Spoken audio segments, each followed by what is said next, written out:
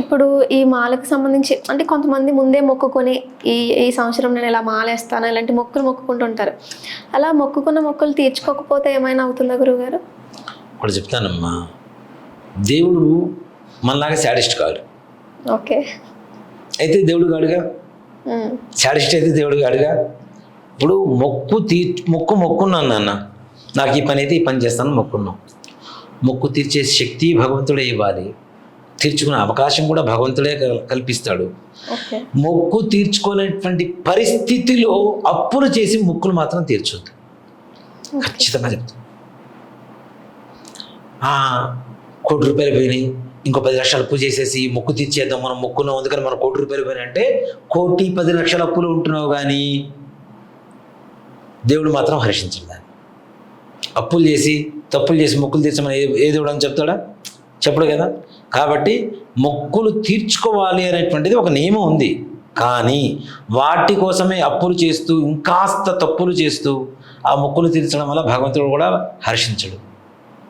అది కూడా కొంతమంది ఉంటారు, నేను చూస్తుంటాను అన్న, మొక్కుంటారు.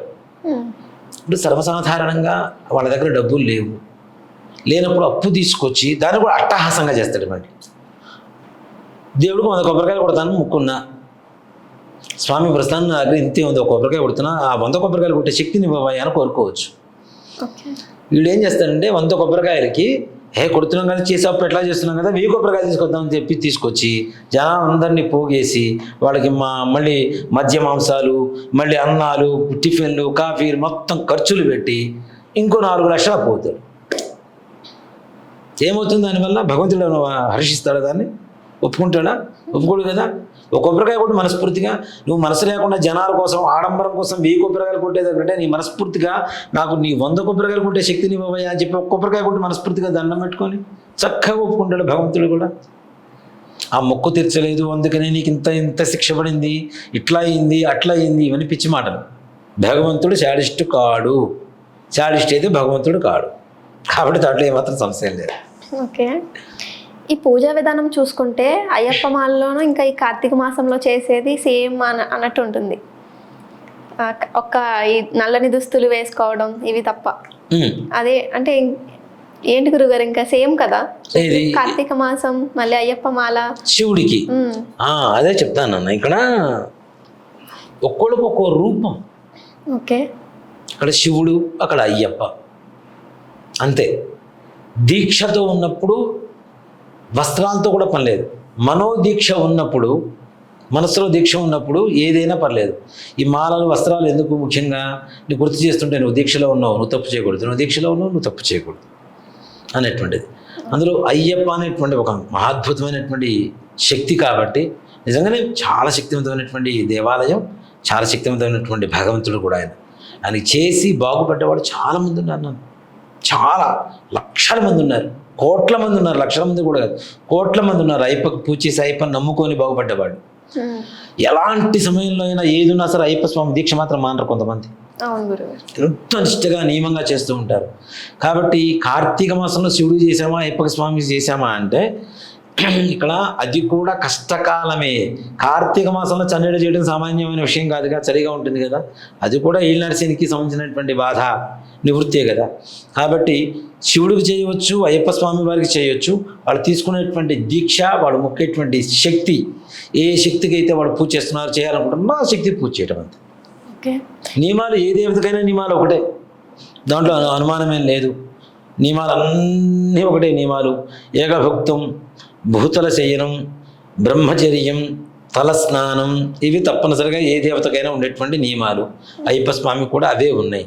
కాకపోతే 45 రోజులు, కొంతమంది డబల్ మండలం చేస్తారు, 90 రోజులు చేస్తుంటారు కొంతమందికి.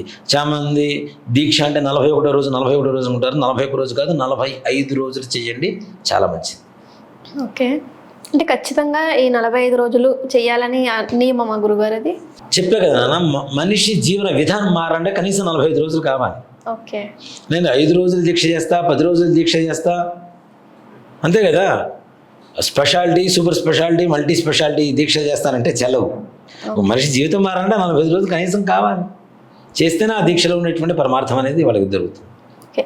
మీరు చెప్పిన దాన్ని బట్టి ఈ 45 రోజులు చేయాలంటే అది నార్మల్గా ఆడవాళ్ళకి సాధ్యపడదు. అవును. కానీ అయ్యప్ప స్వామి గుడికి కూడా వెళ్ళనివ్వరు ఎందుకు? అంటే ముఖ్యంగా ఆయన అయ్యప్ప స్వామి అవివాహితుడు అని చెప్పి చెప్తుంది, వివాహం కాలేదు అనేటువంటిది. మాలికాపురత్తమ్మ అని చెప్పి ఒక ఆమె ఉంటుంది, అమ్మవారు. ఓకే.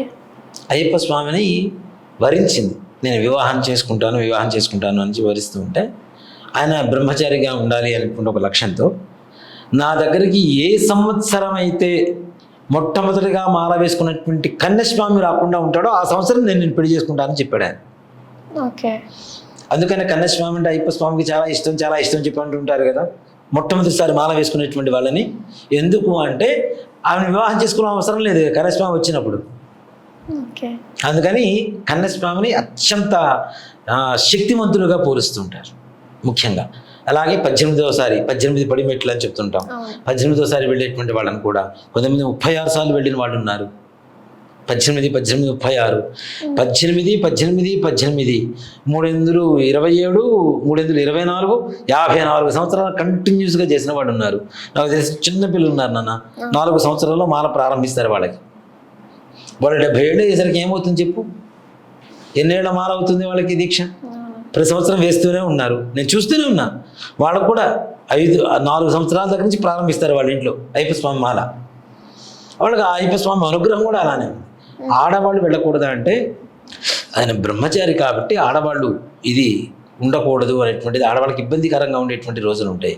ఇప్పుడు ఇంకోటి కూడా ఏంటంటే ముఖ్యంగా నేను చెప్తున్నాను అన్న, ఆడవాళ్ళు ఎక్కువ నడవడం ద్వారా శ్రమ ఎక్కువైన ద్వారా కూడాను ఋతుక్రమం జరిగిపోవచ్చు. అవి కొండలు, సామాన్యంగా నడిచేటువంటి కొండలు కాదు, అతి కష్టమైనటువంటి కొండలు.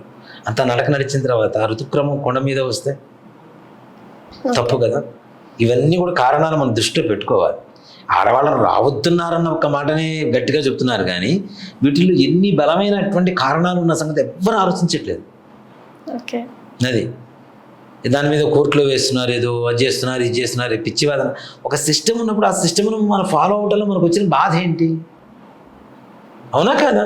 ఒక సిస్టమ్ను ఫాలో అవుతున్నాం, అవ్వాలి. అంటే గురుగారు మీరు ముందు చెప్పిన పాయింట్కి అయితే అసలు ఏ ఆడవాళ్ళని కూడా రానివ్వకూడదు, కానీ ఇక్కడ చిన్నపిల్లల్ని రాణిస్తున్నారు, ఋతుక్రమణం ఆగిపోయిన పెద్దవాళ్ళు ఉంటారు కదా వాళ్ళని రాణిస్తున్నారు. ముఖ్యంగా నేను చెప్పింది కారణం అదే. ఋతుక్రమం అనేది కొండ మీద అయితే లేనిపోంది అపచారం జరిగినట్టుగా మనం భావిస్తుంటాం కాబట్టి ఆ సమయంలో దేవతను పోయి విగ్రహాన్ని ముట్టుకుంటామా? ఇప్పుడు కొండ మీద ఒకళ్ళు మనం తాగుతారు, మనం మిగిలిన వాళ్ళు వెళ్ళి కొండ ఎక్కుతూ ఉంటారు, పైన శబరిమల మెట్లు ఎక్కుతూ ఉంటారు, పరమ పవిత్రమైనటువంటి అష్టాదశ సోపానం ఎక్కుతున్నప్పుడు ఇలా తగిలిన వాళ్ళు వెళ్ళి ముట్టుకొని పైకి ఎక్కడం కూడా కరెక్టా? కాదు కదా. కానీ ప్రతి ఆడవాళ్ళకి వాళ్ళకి తెలుస్తుంది కదా ఏ టైంలో ఆ సర్కిల్ ఉంటుంది అనేది. మిగిలిన సమయంలో వెళ్ళొచ్చు కదా. నేను చెబుతున్నది అదే, ఆడవాళ్ళకి ఒక సర్కిల్ అనేది ఉంది, కానీ ఓవర్ స్ట్రెయిన్ వల్ల కూడా జరగడానికి ఛాన్సెస్ ఉన్నాయా లేవా? ఉండొచ్చు, ఉండకపోవచ్చు కదా. ఉంటాయి గ్యారంటీ. ఓవర్ స్ట్రెయిన్ వల్ల గ్యారంటీ జరుగుతుంది. అందులో కొండ సామాన్యంగా ఉండదు నాన్న, అది 90 degreesలో ఉంటుంది కొండ. ఇట్లా ఉంటుంది, ఇట్లా ఎక్కే కొండకి ఎంత స్ట్రెయిన్ అవుతారు ఆడవాళ్ళు, అవునా? కాబట్టి ఒక వయో పరిమితి అనేటువంటిది ఒకటి పెట్టారు. ఈ వయసు వాళ్ళు వద్దు, ఈ వయసు వాళ్ళు రాండి. అది కూడాను 7 ఏళ్ళు దాటితే అమ్మాయిలు ఆడపిల్లని కూడా పైకి రానివ్వరు, చిన్నపిల్లల్ని. అంటే 7వ సంవత్సరం దగ్గర నుంచే ఇక వాళ్ళ పరిస్థితి మారిపోతుంది కాబట్టి. అది ఓకేనా? సమాధానం దొరికిందా? సంతృప్తికరంగా ఉందా లేదా? ఓకే గురుగారు, అంటే ఈ లాస్ట్లో మనం మాట్లాడుకునేది ఏదంటే కొంచెం మాకు తెలుస్తుంది కదా ఎప్పుడు ఏంటి. అదేనా నేను చెప్తుంది. ఇప్పుడు ఒకటి చెప్తాను, ఇప్పుడు ఎంత స్ట్రెయిన్ అయినా, ఇప్పుడు ఆల్రెడీ మాకు ఇప్పుడే వచ్చి కంప్లీట్ అయిపోయి ఒక 4 days అయిపోయిందంటే మళ్ళీ అంత త్వరగా వచ్చే ఛాన్స్ ఉండదు కదా. అలాంటి టైంలో మనం వెళ్ళొచ్చు. ఎంత స్ట్రెయిన్ అయిపోయినా ఎందుకు వస్తుంది ఖచ్చితంగా. కానీ ఇక్కడ ఇప్పుడు ఉన్నటువంటి పరిస్థితి ప్రకారం ఓకే, నువ్వు చెప్తున్నది ఓకే నాన్న. కానీ సెన్సిటివ్గా ఉండేటువంటి లేడీస్ చాలామంది ఉంటారు. నేను చాలామంది చూపిస్తా కావాలంటే. దాదాపు నాకు తెలిసిన ఒక స్త్రీ కేవలం మన మధ్య చనిపోయింది. ఎందుకు చనిపోయింది? ఆవిడకి ఋతుక్రమం ఆగలేదు, అలా జరుగుతూనే ఉంది 4 సంవత్సరాల నుంచి. ఓకే. ఎందుకు అని అడిగితే ఆవిడ కొన్ని కొండలు ఎక్కి దిగిందని చెప్పి. అలాంటి పరిస్థితి ఎందుకు రావాలి ఆడవాళ్ళకి? ఇప్పుడు ఎక్కడో ఒక చోట ఒక ఆమెకి జరిగిందని చెప్పేసి అందరికీ జరుగుతుందండి. ఎవరికి ఏ ఒక్కరికి జరిగినా అందరూ మరి పడిపోతారు అక్కడ. ఏ ఒక్కడే జరిగినా ఇప్పుడు 1000 మంది వస్తానన్న, 1000 మందిలో 999 మంది ఆరోగ్యవంతులుగా ఉన్నారు, హ్యాపీ. 1000 ఆవిడ కూడా ఉండాలని కోరుకుందాం. కానీ దురదృష్టవశాత్తు ఆవిడ ఒక్కతికే అట్లా జరిగింది. అప్పుడు ఏం చేస్తారు? అలా జరగకుండా ముందు జాగ్రత్త పట్టడం బెటరా, జరిగిన తర్వాత అపరాధం అని చెప్పి బాధపడటం బెటరా? మీరు ఇందాక ఒక మాట అన్నారు, ఇందాక ఒక టాపిక్లో దేవుని యొక్క అనుగ్రహం కూడా ఉండాలి అని చెప్పి. ఇప్పుడు మీరు ఎలా మాలేసి ఒక పర్పస్ మీద మాలేస్తారో అబ్బాయిలు, ఆడవాళ్ళకి కూడా ఖచ్చితంగా ఉంటుంది కదా దేవుణ్ణి దర్శించుకోవాలి అని చెప్పి. ఆయన అనుగ్రహం ఉంటే ఇవన్నీ ఎందుకు వస్తాయి? ఎస్, దీనికి ఇంకా సూక్ష్మంగా ఒక మాట చెప్పనా? చెప్పండి గురువుగారు. మాల అనేది ఇందాక ఎందుకు అనేది నేను చెప్పే జీవన విధానం మారడానికి ఒక నియమం ఉండడానికి ఒక దేవుడు అనేటువంటిదని. నిజంగా ఆడవాళ్ళకి అయ్యప్ప స్వామిని చూడాలని ఉంటే మనస్సులో తలుచుకుంటే కనపడ్డా? అది మీకు కూడా వర్తిస్తుంది కదా గురువుగారు. అలా అయితే వీళ్ళందరూ దుర్వ్యసనాలతో ఉన్నారనే కదా నేను చెప్తోంది. వీళ్ళ వ్యసనాల బారి నుంచి బయటపడాలనే కదా, వీళ్ళకు ఒక మార్గదర్శకం కావాలనే కదా చెప్తోంది. అంతేకాకుండా ఇంకోటి కూడా చెప్తానన్న, ఎక్కడైతే ఇంట్లో మగవాళ్ళు చేసేటువంటి దానికి ఆడవాళ్ళు సహాయపడుతున్నారో, మగవాళ్ళు వెళ్ళి దర్శనం చేసుకున్న దానికంటే ఎక్కువ ఫలితం ఆడవాళ్ళకే ఉంటుందని చెప్తా తప్పనిసరిగా. ఇప్పుడు నిజంగా నిత్యం హోమం చేసేటువంటి వాళ్ళు ఎవరు ఉంటారు ఇంట్లో? ఆడవాళ్ళు. ఎలా? పొయ్యి వెలిగిస్తున్నారుగా, అవునా? మరి మగవాడు చేస్తున్నాడు రోజు వంట, వాడికి రావట్లేదుగా పుణ్యం, అవునా కాదా? అందుకనే చాలామంది కూడా ఏం చెప్తారంటే, అన్నం వండిన తర్వాత 2 మెతుకులు కొద్దిగా నెయ్యి వేసి పొయ్యి మీద పెట్టమని చెప్తారు, అగ్నికి ఆహుతి ఇవ్వడం అని. అంటే ఇలాంటి కొన్ని సౌకర్యాలు ఆడవాళ్ళకి ఉన్నాయి, కొన్ని సౌకర్యాలు మగవాళ్ళకు ఉన్నాయి. అది ప్రకృతి విరుద్ధంగా వెళ్ళడం అనేది ఓకే. ఆడవాళ్ళకి ఆలోచన ఉండొచ్చు, అయ్యప్ప స్వామి చూడాలని కోరిక ఉండొచ్చు. నిజంగా చెప్పాలి అంటే మనస్ఫూర్తిగా కోరుకుంటా అయ్యప్ప మన దగ్గరికి రాడా? వస్తాడా? రాడా? వస్తారు గురువుగారు. అంటే అంతే, ఏమో నేనైతే కన్విన్స్ అవ్వట్లేదు మీరు ఎన్ని చెప్పారు కానీ. అంటే ఇప్పుడు మీరు చెప్పిన పాయింట్సే ఆడవాళ్ళకి ఎంత వర్ధిస్తాయో మగవారికి కూడా వర్ధిస్తాయి కదా. మరి అంటే అర్థం కాలేదు. ఇప్పుడు మీరు మనస్ఫూర్తిగా మనం భక్తితో ఉంటే ఖచ్చితంగా అనుగ్రహం ఉంటుంది అని చెప్తున్నారు. అదే అబ్బాయిలకు కూడా ఉంటుంది కదా. ఎస్, దీంట్లో కూడా క్లారిటీ ఇస్తా. పూర్వకాలం నుంచి ఇప్పటి వరకు కూడాను మగవాళ్ళని తాగుబోతులని దుర్వ్యసన పరులని మనం ఎక్కువగా చూస్తూ ఉన్నాం, నిజం కూడా అదే. కానీ ఒకప్పుడు ఆడవాళ్ళకి ఏ రకమైనటువంటి దుర్వ్యసనాలు లేవు. రైట్ నౌ ఇప్పుడు కూడా లేవనే అనుకుందాం. ఉన్నాయి, కొంతమందికి ఉన్నాయి, ఏమని చెప్పను, ఉన్నాయి కదా. ఇప్పుడు మీ ఇంట్లో ఒక స్టవ్ ఉంది నాన్న, ఇంకో స్టవ్ ఉంది, 2 ఉన్నాయి. పాడైపోయిన దాన్ని రిపేర్ చేస్తావా, బాగున్న దాన్ని రిపేర్ చేస్తావా? పాడైపోయిందండి. అయిపోయిందిగా, వచ్చేసిందా? అంటే ఇప్పుడు మీరు ఏమంటున్నారు, ఈ పాడైపోయిన మగవాళ్ళందరూ మాత్రమే మావేస్తున్నారు అంటారు? అందరూ అలా అని కాదు. ఎవరైతే పాడైపోకుండా ఉండాలనుకుంటారో, పాడైపోయినటువంటి వ్యక్తులు ఉన్నారో వాళ్ళు మంచిగా ఉండడం కోసం ముఖ్యంగా ఈ యొక్క మాలా నియమం అనేది ఒకటి ఉంది. మండల దీక్ష అనేటువంటిది ఆడవాళ్ళకి ఎందుకు లేదు అంటే, ముఖ్యంగా ఈ ఋతుక్రమం అనేటువంటి పరిస్థితులు వస్తుంటాయి. దీంట్లో ఇంకోటి కూడా చెప్తానన్నా, నేను ముఖ్యంగా ఓపెన్గా చెప్తాను. పొన్నూరు అని గుంటూరు జిల్లాలో ఒక ఊరు ఉంది. పొన్నూరు ఊరి పేరు. అక్కడ ఆంజనేయ స్వామి వారి విగ్రహం 54 అడుగులు, రాయి విగ్రహం. అలాగే గరుత్మంతుడి విగ్రహం కూడా 54 అడుగులు. ఓకే, ప్రతిష్ఠ చేస్తున్నారు. తెనాలి అని చెప్పి గుంటూరు జిల్లాలో ఒక ఊరు ఉంటుంది. తెనాలిలో విగ్రహం తయారు చేశారు.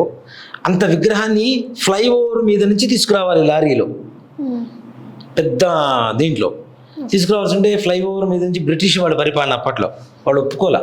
బ్రిడ్జి కూలిపోతే మేము ఒప్పుకోమన్నారు. ఆ శిల్పి ఒక మాట ఇచ్చి తీసుకొచ్చాడు, అది కూలిపోతే నేనే కట్టిస్తాను, మొత్తం ఖర్చు మొత్తం నేనే పెట్టుకుంటాను, విగ్రహాన్ని తీసుకెళ్ళి తీసుకొని వచ్చారు. అక్కడ విగ్రహం అక్కడ కూడా ఏం కాల, మంచిగా వచ్చింది, బ్రిడ్జి వచ్చింది. ప్రతిష్ఠ అయ్యే సమయానికి ముందుగా గరుత్మంతుడి దగ్గర ఇలానే ఋతుక్రమంలో ఉన్న ఆవిడ వెళ్ళి ముట్టుకుంది. గరుత్మంతుడికి 5 తలలతో ఇట్లా చెక్కారు. మొత్తం 4 తలలు పట్ట పట్ట పట్ట ఊడి కింద పడిపోయాయి. 54 అడుగుల విగ్రహానికి ఉన్నటువంటి తలలు ఊడి కింద పడ్డాయి. ఓకే, నిజంగా నువ్వు పవిత్రమైన భావనతో ఉంటావు, నేను ఇలా ఉన్నాను వెళ్ళకూడదు కాబట్టి వెళ్ళాను అనేటువంటి ఒక భావనతో ఉంటావు. కానీ అందరూ అలానే ఉన్నారా? అలానే ఉన్నారా? ఉండరు కదా. కొంతమంది అయ్యప్పను చూడాలనేటువంటి కోరిక తప్పితే వాళ్ళ శారీరకమైనటువంటి స్థితి మాత్రం చూడరు. లేరా అట్లాంటి వాళ్ళు? మరి అది కూడా ఒక అపరాధం అవుతుందిగా. అట్లాంటివి ఏవి జరగకుండా ఉండాలంటే అసలు ఆడవాళ్ళకి నిషిద్ధం పెడితే ఏ గొడవ లేదు, అయిపోయిందిగా. అవునా కదా? దేని కూడా కన్విన్స్ అవ్వటల్లా. అంటే ఇది ఇప్పుడు అయ్యప్ప ఏమైనా ఇలాంటిది ఏమైనా చెప్పారా, లేకపోతే ఇది మీరు పెట్టిందా? మీరు పెట్టడం కాదు, వాళ్ళ అంటే ఒకటి చెప్తానన్న, ఒక దేవాలయంలో ఈ పూజ ఈ విధంగా జరగాలని ఒక పద్ధతి ఉంటుంది. ఆ పద్ధతిని మనం ప్రకృతి విరుద్ధంగా మనం ఏదైతే ప్రవర్తిస్తూ ఉంటామో అది తప్పే కదా. ఒక దేవాలయ సిద్ధాంతం ఉంటుంది, ప్రతి దేవాలయానికి ఉంటుంది. ఇప్పుడు చిన్న గుడి ఉంటుంది, కట్ట మైసమ్మ టెంపుల్ ఉంటుంది. ఆ మైసమ్మ టెంపుల్ కూడా ఒక విధానం ఉంటుంది. ఇప్పుడు పెళ్ళి తీసుకుందాం.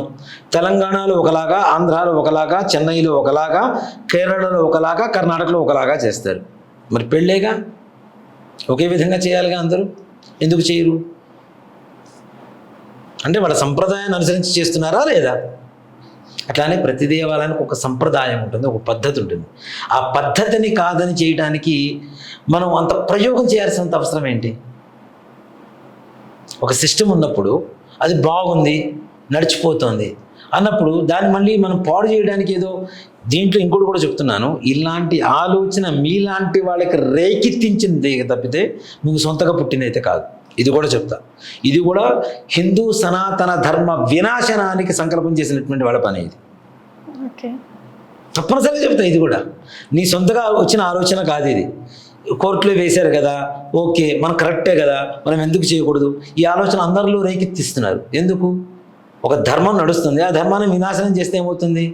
అయిపోయాయి. ఇది ఇతర మతాలు, ఇతర కులాలని మొత్తం రాజు వెళ్తాయా ఎలావా? అవునా? మన చేత్తో మన కంటిని మనం పొడుచుకోవటం.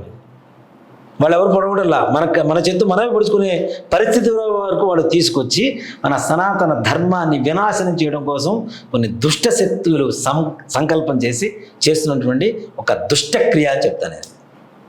ఓకే, ఇంతకుమించి ఏం చెప్పాలి?